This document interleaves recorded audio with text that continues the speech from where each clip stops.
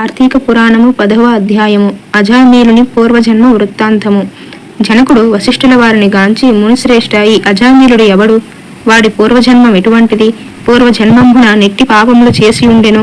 ఇప్పుడే విష్ణుదూతలు వైకుంఠమునకు తీసుకుని పోయిన తరువాత నేమి జరిగెను వివరించవలసిందిగా ప్రార్థించెను. అంతనా మునిశ్రేష్ఠుడు జనక మహారాజును గాంచి ఇట్లు పలికెను.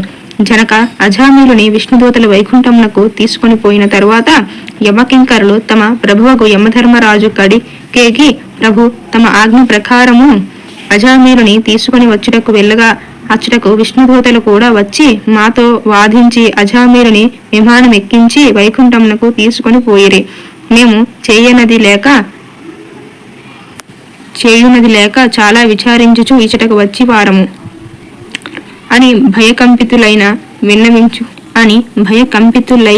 విన్నవించుకొనిరి. ఔరా, ఎంత పని జరిగెను? ఎప్పుడూ ఇట్టి విధముగా జరిగి ఉండలేదే. దీనికి బలమైన కారణం ఏదైనా ఉండి ఉండవచ్చును అని యముడు తన దివ్యదృష్టి లేక చాలా విచారించుచు ఇచ్చటకు వచ్చి వారము అని భయకంపితులైవ విన్నవించుకొనిరి. ఔరా, ఎంత పని జరిగెను? ఎప్పుడూ ఇట్టి విధముగా జరిగి ఉండలేదే.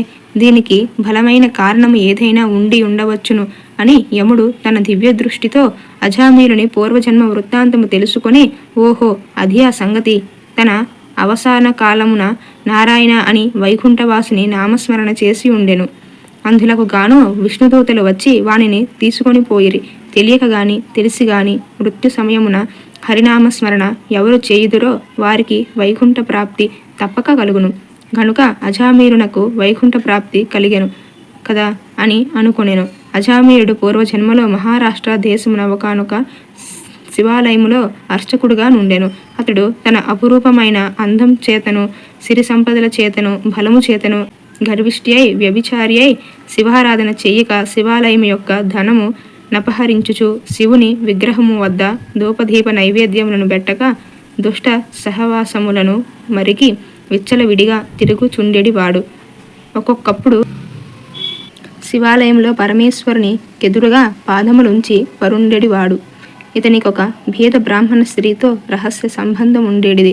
ఆమె కూడా అందమైన దగుటచే చేయునది లేక ఆమె భర్త చూచియు చూడనట్ల నుండి భిక్షాటనకై ఊరూరా తిరుగుచు ఏదో వేలకు ఇంటికి వచ్చి కాలం గడుపుచుండెడివాడు.